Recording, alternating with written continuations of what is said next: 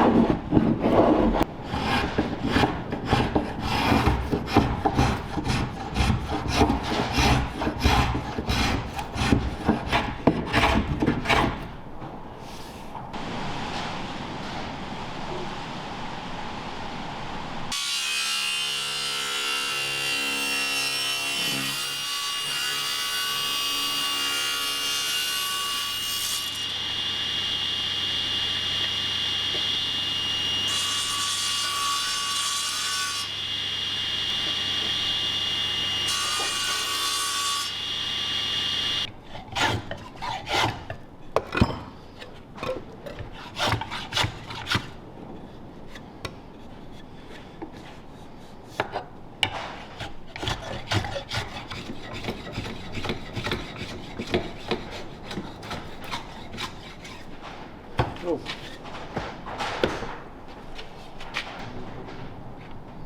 Yep. Yeah. Yep.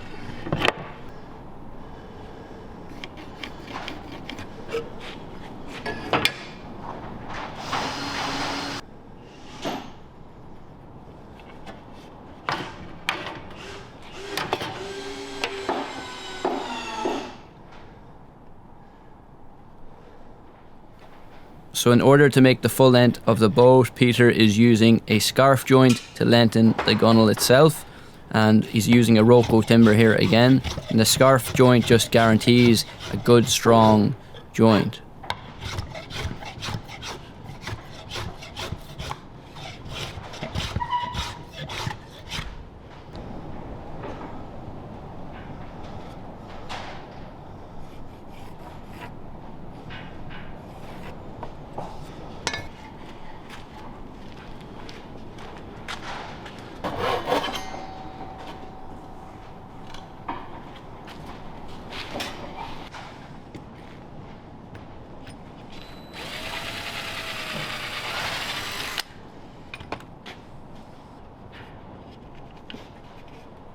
That's just to stop it.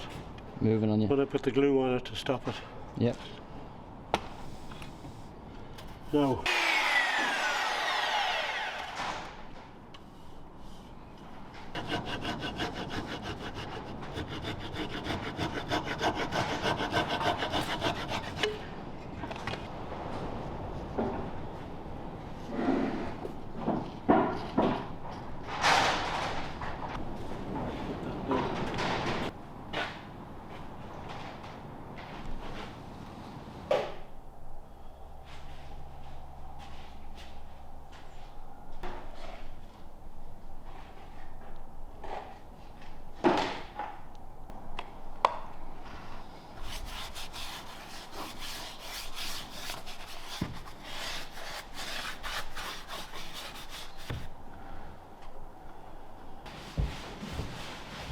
So we're applying 3 coats of Deks Olje D1 to the interior of the boat. And this is because if we were to do this after getting the ribs in, we wouldn't be able to get or guarantee getting in behind the actual oak ribs themselves. So this just guarantees that we get every area of the boat sealed with the Deks Olje. And it can be followed up by more coats of Deks Olje once all the work is done to guarantee extra protection. You go over it every 15 minutes basically, you know? Yeah.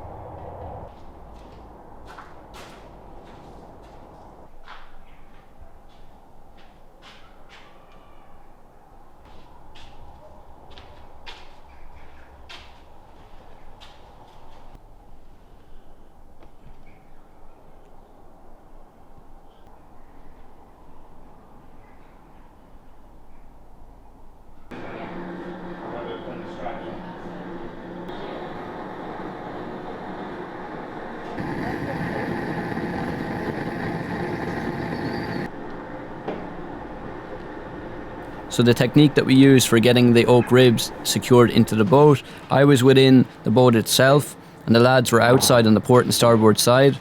So once they conformed the oak rib or each rib down to the kelson, I would then hammer a nail down through the oak rib into the kelson and then down into the keel itself as well. And this just guaranteed that the oak rib would stay in position while we could then further conform the oak rib or each oak rib to the port and starboard side of the hull. And then I used a sledge as well for extra weight and to put weight behind the rib when Peter was driving the nails in through the outside.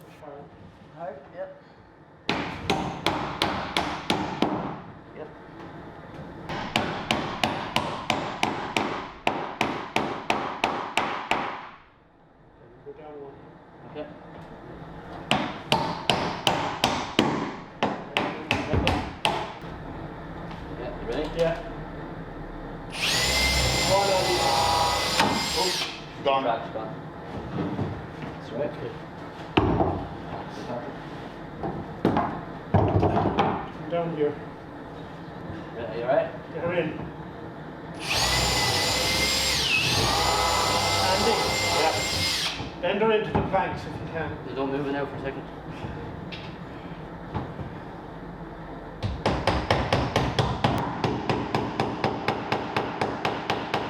That's where that. There's one to your right, small white whale.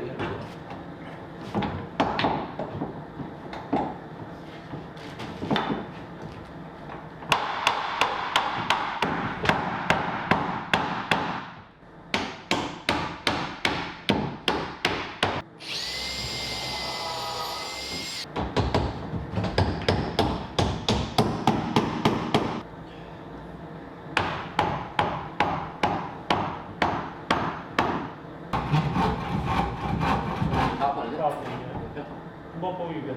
Yeah.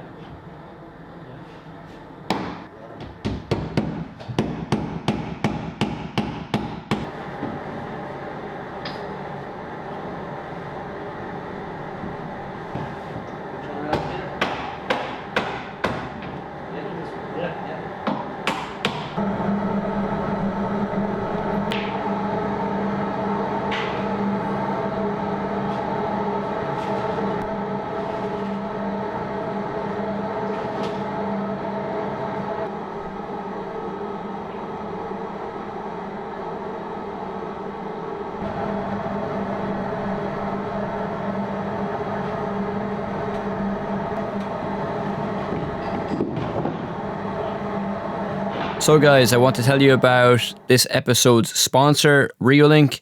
So Reolink sent me out their Argus 3 Ultra security camera kit along with their Home Hub. So basically the Home Hub is like one wireless security center that allows you to save all your security camera footage onto through the SD card. It has 2 SD card slots, so you can basically have storage space up to 1 terabyte, and it allows you to control all your cameras from one place through the Reolink app itself. So the setup for the cameras is super straightforward. It even talks you through the setup itself through the camera. So Reolink has added the RTSP and NAS support, so you can sync all your cameras automatically to your chosen system. And these cameras have been really useful for me, checking the weather when I'm away from the boat, checking the mooring lines on the boat. So you can see here I've got the Argus 4 Pro set up in the bilge in the engine room of the seaplane tender, and that just allows me to guarantee and check that the bilge pump is working and running. So all these Reolink cameras that I'm using are all charged through the solar panels that are with them, and I don't have to worry about mains power supply. You know, that solar panel charges the internal battery in the camera, and it's just its own independent system. So the Argus PT Ultra I have set up on the mast of the barge, and it has that pan and tilt feature that's remote control. So I can just use that within the app itself, and I can go over and I can check not just the weather, but I can check then. It allows me to see the cover on the boat, to see that that's secured. And as you see, there's so many different features throughout all the different range of cameras that Reolink supply, and I'm sure you're going to find one that suits your needs. So if you want to purchase the Reolink Home Hub kit, you can do that through my affiliate link in the description below. That'll help support the channel out as well. All the other cameras that I'm using by Reolink are also linked in the description. So thanks again to Reolink for sponsoring another episode. Now let's get back to the boat work.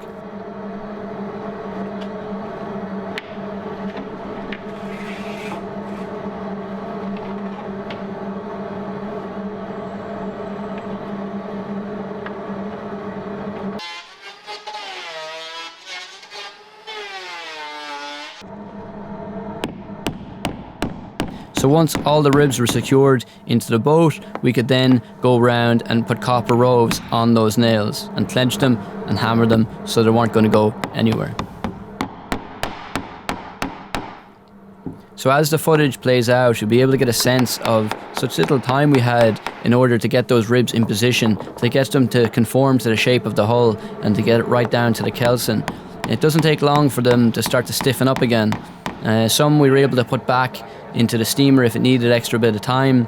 And to combat this, Peter took a little bit off on the planer of the back side of those ribs, a few of them, so that we could get them bent easier.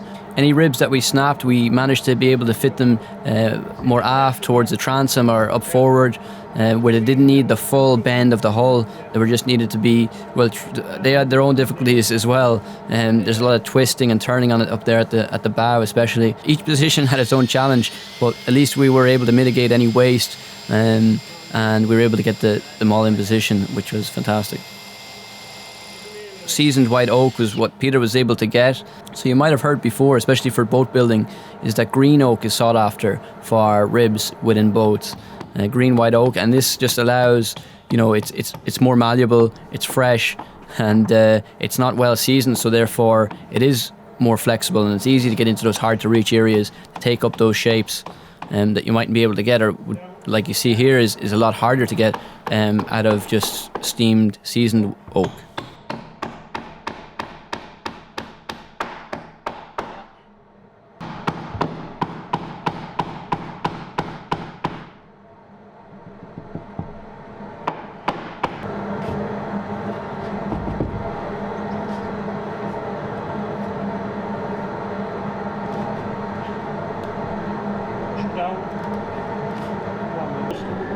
Off the bevel side. Yeah, just a nick.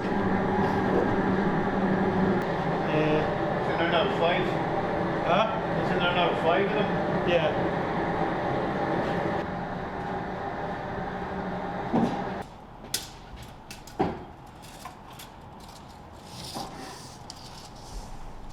So you'll see the two stringers on the port and starboard side, which will hold the seats in position.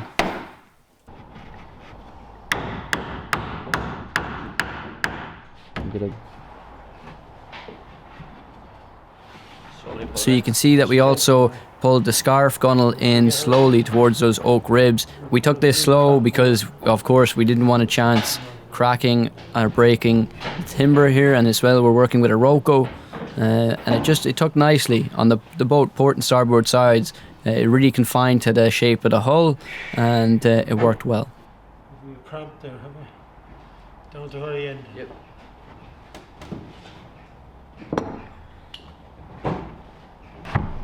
Yeah.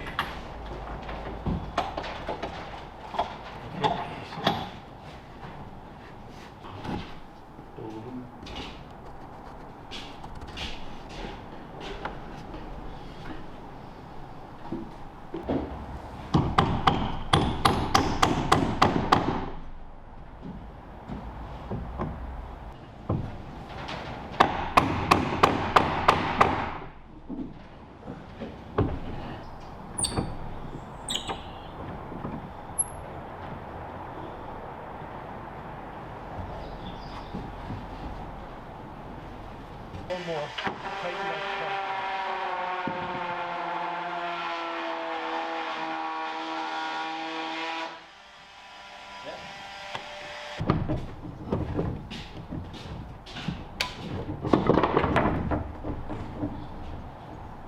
I'll jump into the boat. Huh? I'll jump into the boat to grab those nails. Is it these ones you're using? Yeah.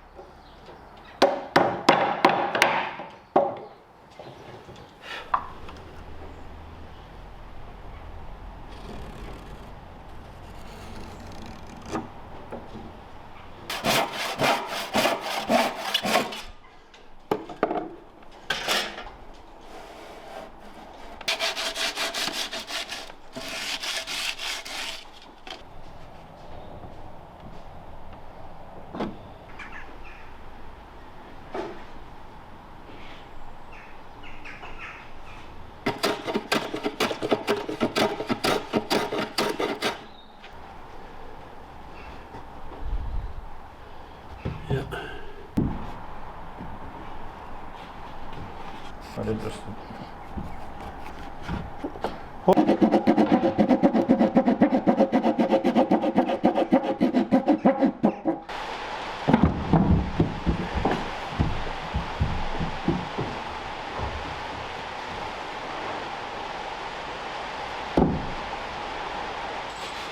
Four and a half.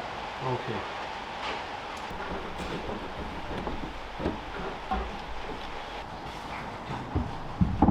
Just leave it there now. Down.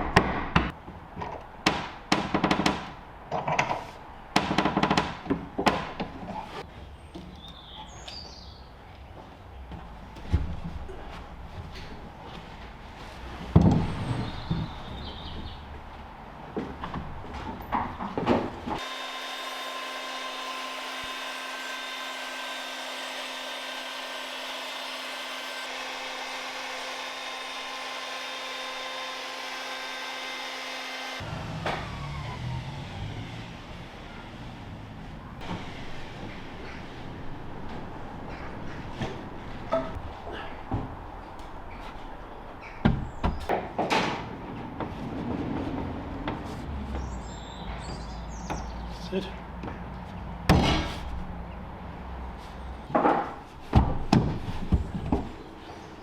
Might be better.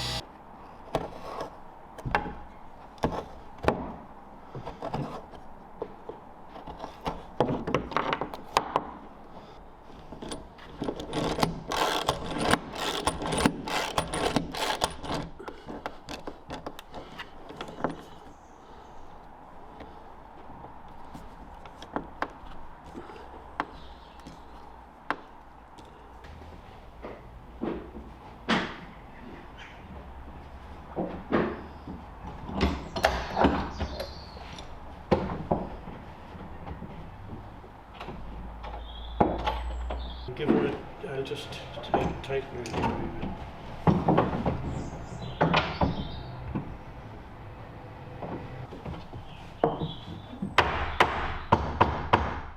She probably needs another one. Our tap, yep. Yeah. But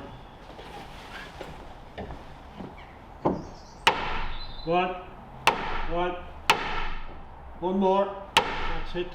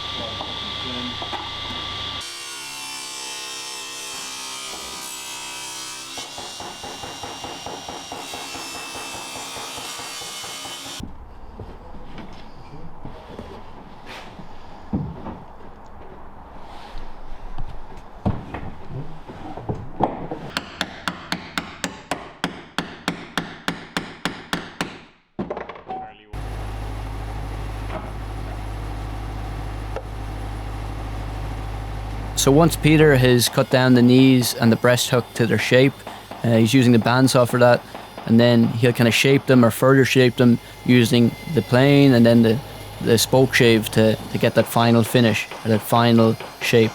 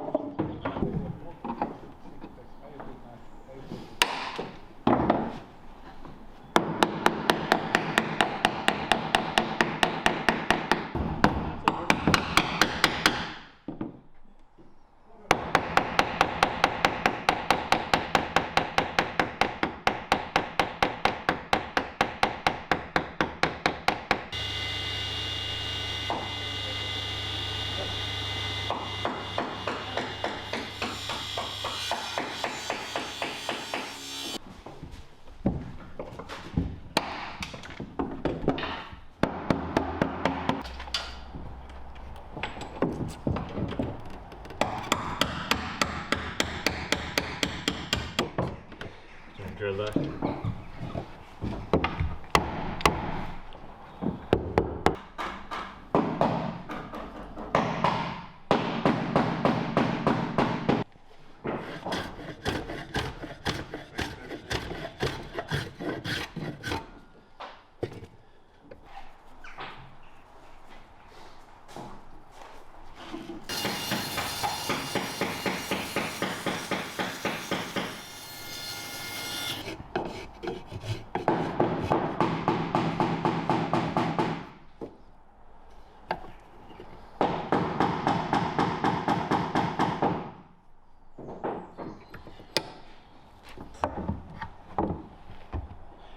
Did you knock out that one, or did you? I pushed it out, yeah. Oh, yeah. I was wondering before you.